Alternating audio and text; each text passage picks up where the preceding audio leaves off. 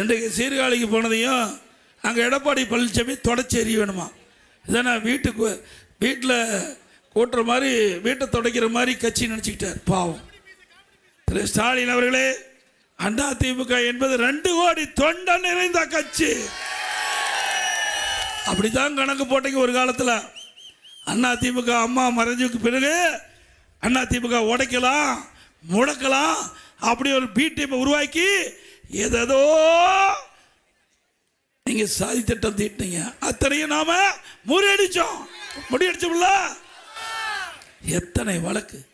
இவர் B team எங்க போனான்னு பார்த்தோம்ல, குப்பைக்கு போயிடுது. அதான் சரியான வார்த்தை. அவருக்கு என்ன அடையாளம் கொடுத்தோம்? நம்ம கட்சியில் எவ்வளோ பெரிய பொறுப்பு அம்மா கொடுத்தோம். அதையெல்லாம் மறந்து சுயநலவாதியாக இருந்து அதிமுக அந்த காலத்தில் எட்டப்பன்னு ஒருத்தர் இருந்தாங்க. இந்த காலத்தில் அரசர் காலத்தில் எட்டப். அப்படிப்பட்ட எட்டப்பர் துரோகிகள் அதிமுக இருந்து துடைத்தெறிக்கப்பட்டது. அதிமுக தான் துடைத்தெறிஞ்சிருக்கிறோம். இப்போ அதிமுக புனிதமா இருக்குது. அதிமுகவுக்கு யாரெல்லாம் குடைச்சல் கொடுத்தாங்களோ அத்தனையும் இன்றைக்கு ஆண்டவருடைய அருளால இருவரும் தலைவருடைய ஆசையால துடைத்தெறியப்பட்டது. அதிமுக மேலும் சட் வேகத்தில் போயிட்டு இருக்குது. அப்படித்தானே போயிட்டு இருக்குது. திமுக கூட்டணி ஆரம்பிச்சு 20 நாள் பேசிட்டு இருந்தாங்க. காங்கிரஸ் திமுக மாற்றி மாற்றி பேசி திமுக காரன் காங்கிரஸ் குறைய சொன்னாங்க, காங்கிரஸ்காரன் திமுக குறைய சொன்னாங்க. இப்படி 20 நாட்கள் தொடர்ந்து வார்த்தை போர் நடைபெற்றது. அதிமுக அப்படியே இருந்தது. இல்லை, ஒரே நாள் தலைமை கழகத்துக்கு வந்தோம். நம் கூட்டணி தலைவர்கள் நம்முடைய கட்சி அலுவலகத்துக்கு வந்தாங்க. 2 மணி நேரத்தில் பேசி முடித்தோம். ஒவ்வொரு கட்சிக்கு இத்தனை இடம் என்று நாம் சுமூகமாக பேசி அதன் அடிப்படையில் நாம் உடன்படிக்கை ஏற்பட்டு 2 மாநிலத்தில் தலைமை கழகத்தில் கூட்டணியை எந்தெந்த கட்சிக்கு எவ்வளவு இடம் என்று அறிவிக்கப்பட்ட ஒரே கட்சி அதிமுக கட்சி. பிறகு அடுத்த நாள் தேர்தல் அறிவிப்பு, உடனே அறிவிப்பு. அதுக்கு அடுத்த நாள் முதல் தேர்தல் வேட்பாளர் பட்டியல் அறிவிச்சது நாம தாங்க. படிப்படியா தேர்தல் அறிவிப்பு. இப்படி அதிமுக ஜெட் வேகத்தில் போயிட்டு ஸ்டாலின் அவர்களே இன்னொன்னு சொல்றார். அதிமுக திமுகவுடைய தேர்தல் அறிக்கை காப்பி அடிச்சுதான். எங்க யார் முதல் தேர்தல் அறிக்கை வெளியிட்டா? அப்ப யார் காப்பி அடிச்சிருப்பா? நாம தேர்தல் அறிவிப்பு வெளியிட்டு 10 நாள் கழிச்சு தான் திமுக தலைவர் ஸ்டாலின் தேர்தல் அறிவிப்பு வெளியிட்டார். அப்படின்னா நம்முடைய தேர்தல் அறிவிப்பை பார்த்து தான் காப்பி அடித்தது திமுக. அது அப்படியே உருட்டி பேசுறார். எவ்வளவு பொய்ய பேசுறார் பாருங்க, சிந்திச்சு பாருங்க. இன்னைக்கு அப்பாவும் மகனை அடிக்கிற கூத்து கொஞ்சம் நஞ்சம் இல்லை. அது அடிக்கடி வேண்டாம் தம்பி, மீண்டும் ஏதாவது அவர் பண்ணிடுவார். நீ அடிக்கடி பேசி அது ஞாபகம் வந்து அதனால பிரச்சனை ஏற்பட்டக்கூடாது. வேண்டாம், நல்லா வாழ வேணும், நிம்மதியாக இருக்கணும். நம்முடைய ஆட்சியை பார்த்து நம்ம ஆட்சி சிறப்பாக நடக்கிறது பார்த்து மூக்கு மேல் விரல் வைக்க வேணும். அப்படித்தானே இருந்தது. 4 ஆண்டு 2 மாத காலம் நம்ம ஆட்சி வீழ்த்த நினைச்சாங்க. வீழ்த்துகின்றவர்களுக்கு மூக்கு மேல் விரல் வைத்து நம்முடைய ஆட்சியை பாராட்டுகின்றவர்களுக்கு சிறப்பான ஆட்சி கொடுத்தது அதிமுக அரசாங்கம்.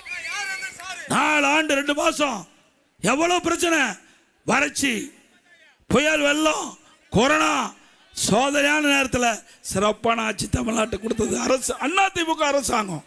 அந்த காலகட்டத்தில் விலைவாசி ஏறல. விலைவாசி ஏறிச்சா? மக்களுக்கு வேலை இல்லை. அப்படிப்பட்ட காலகட்டத்தில் கூட விலை உயராம பார்த்துக்கிட்டோம். அதிமுக ஆட்சியில் அரிசி விலை ஏறல, பருப்பு விலை ஏறல, எண்ணெய் விலை ஏறல. கொரோனா காலத்தில் ஓராண்டு எல்லா குடும்பத்துக்கும் 1000 ரூபா பணம் கொடுத்தோம். மீண்டும் ஒரு 1000 ரூபா சென்னை மாநகர்களுக்கு மக்கள் கொடுத்தது மட்டும் இல்லை, 11 மாதம் விலையில அரிசி போட்டோம், விலையில சக்கரை கொடுத்தோம், விலையில எண்ணெய் கொடுத்தோம், விலையில பருப்பு கொடுத்தோம்.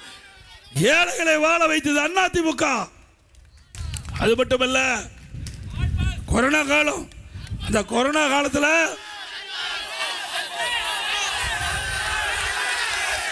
மாணவனுக்கு ஆல் பாஸ் போட்டோம். இளைஞர்களுக்கு ஆன்லைனில் வகுப்பு, ஆன்லைனில் தேர்வு. சிறப்பாக படித்தாங்க, சிறப்பாக தேர்வு எழுதுனாங்க ஆன்லைனில், பட்டம் கிடைக்கப்பட்டது மாணவருக்கு. அப்படி ஏழை. அது மட்டும் இல்லை, தைப்பொங்கல் என்று மக்கள் பாதிக்கக்கூடாது என்பதற்காக தைப்பொங்கல் எல்லா இல்லங்களிலும் தைப்பொங்கல் பொங்க வேண்டும் என்பதற்காக எல்லா குடும்பத்துக்கும் 2700 ரூபா கொடுத்தோம்.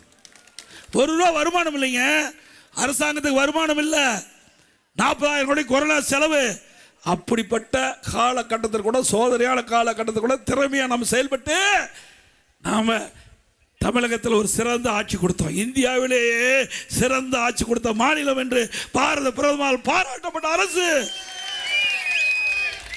இன்னைக்கு டாஸ்மாக் வருமானம் கிடையாது, ரோட் டாக்ஸ் கிடையாது, பத்திரப்பதிவு கிடையாது, ஜிஎஸ்டி கிடையாது, கலால் வரி இல்லை, பெட்ரோல் டீசல் வரி கிடையாது. வரியே இல்லாம அரசாங்கம் நடத்திய ஒரே அரசாங்கம் அதிமுக அரசாங்கம். இன்றைக்கு கூடுதலாக வருமானம் வந்தாச்சு. அதிமுக ஆட்சி விட திமுக ஆட்சியில் 1,36,000 கோடி கூடுதல் வருமானம். கடன் 5 லட்சம் கோடி வாங்கியிருக்கிறீங்க. பெரிய திட்டம் எதுவும் இல்லை. என்ன திட்டத்தை செஞ்சாங்களா? அதிமுக ஆட்சியில் சென்னை மாநகர மக்களுடைய போக்குவரத்து நெரிசல் முற்றிலும் குறைக்க வேண்டும் என்பதற்காக வளர்ந்து வருகின்ற சென்னை மாநகரம் இன்னும் வளரும், போக்குவரத்து நெரிசல் அதிகமாகும், மக்கள் பாதிக்கப்படுவார் என்ற எண்ணத்தின் அடிப்படையில் மெட்ரோ ரயில் திட்டம் கட்ட 63,000 கோடி அனுமதி வாங்கி மத்திய அமைச்சரை இங்கே அழைச்சிட்டு வந்து கலைவாணர்களை அடிக்கல் நாட்டி பெரிய திட்டத்தை கொண்டு வந்த பெருமை அதிமுக வைச்சார். இந்தியாவிலேயே ஒரு திட்டத்துக்கு 63,000 கோடி நிதியை பெற்ற ஒரே அரசாங்கம் அதிமுக அரசு. ஒரு திட்டத்தையாவது உன்னால் பெற முடிஞ்சுதா? ஒரே ஆண்டில் அரசு 11 மருத்துவக் கல்லூரி கொடுத்தோம். 11 அரசு மருத்துவக் கல்லூரி, மருத்துவமனை. ஒரு மருத்துவக் கல்லூரி உங்களால் கொடுக்க முடிஞ்சுதா? 6 மாவட்டம் புதுசாக பிரித்து கொடுத்தேன். கோட்டம் தாலுக்கா 284 ஆரம்ப சுகாதார நிலையம், 2000 அம்மா மெடிக்கல், அதை மூடிட்டு அம்மா ஆட்சி வந்ததில் மீண்டும் திறக்கப்படும். அம்மா உணவகம் கொரோனா காலத்தில் 7 லட்சம் பேருக்கு சுட உணவு தயார் பண்ணி 3 வேளையும் விலையில்லா கொடுத்த அரசாங்கம் அதிமுக அரசாங்கம். மீண்டும் அதிமுக ஆட்சி வந்த உடனே இந்த திராவிட முன்னேற்ற கழகம் அரசியல் கால் பிடிச்சின் காரணமாக பல அம்மா உணவகத்தை மூடி இருக்காங்க. சென்னை மாநகரம், தமிழ்நாடு முழுவதும் அம்மா உணவகத்தை மூடி இருக்காங்க. அங்கே தரமான பொருள் கொடுக்கறதில்ல, பொருள் குறைவாக கொடுக்குறாங்க. அந்த உணவு தயாரிக்கின்ற பணியாளர்களை குறைச்சிருக்கிறாங்க. மீண்டும் அதிமுக ஆட்சிக்கு வந்தால் நிறைய பணியாளர் நிரப்பப்படும், தரமான உணவுப் பொருள் கொடுக்கப்படும், ருசியான உணவு அம்மா உணவகத்தில் கொடுக்கும். உங்களால் மீண்டும் சொல்கிறேன், இந்த மக்களால் மீண்டும் அதிமுக ஆட்சி வளர்வது உறுதி. அப்படி அதிமுக ஆட்சி வளர்ந்தவுடனே முதலமைச்சர் கட்டுப்பாட்டில் அம்மா உணவகம் இருக்கும். நேரடி பார்வையில் இருக்கும். முதலமைச்சருடைய நேரடி பார்வையில் அம்மா உணவகம் இருக்கும். தரமான உணவு கொடுக்கப்படும். தனி அதிகாரி நியமிக்கப்படுவார். தனி அந்த உணவு ருசியான உணவு என்று மக்கள் பாராட்டுகின்ற அளவுக்கு பாராட்டை பெறும் அதிமுக அரசாங்கம். அது மட்டுமல்ல, விலைவாசி, நான் ஏற்கனவே விலைவாசி வரி, இன்றைக்கு மின் கட்டணம் 67% ஆச்சு. கடைக்கு 6-9 2 மடங்கு வசூல் பண்ணுறாங்க. அதே போல் வீட்டு வரி 100% உயர்த்தியாச்சு. மீண்டும் 6% உயர்த்தி இருக்குது. கடைக்கு 150% உயர்த்தியாச்சு. 6% உயர்த்துறாங்க. இனி அதிமுக ஆட்சி வந்தால் அந்த வீட்டு வரி, கடை வரி குறைக்கப்படும். குடிநீர் வரி போட்டாச்சு, குப்பைக்கு வரி போட்டாச்சு. இன்னும் கேவலம் எதுதான் ஊழல் செய்யுதுன்னு வேண்டாம், கழிப்பறை பராமரிக்கிறது, அதுல கூட ஊழல் செய்த அரசாங்கம் தேவையா? 1,27,00,000 மனங்களை வென்ற தந்தி டிவி யூடியூப் சேனல். தவிர்க்க முடியாத தம்ப்நெயில்ஸ், கலக்கலான கான்டென்ட்ஸ். நீங்களும் இந்த குடும்பத்தில் இணைய இப்பவே சப்ஸ்கிரைப் பண்ணுங்க. அசுரபலம் கொண்ட எங்கள் டிஜிட்டல் கரங்களில் உங்கள் விளம்பரங்களை சேர்க்க வாட்ஸ்அப் பண்ணுங்க. 8939888838. Email advtthanditv@dttv.in.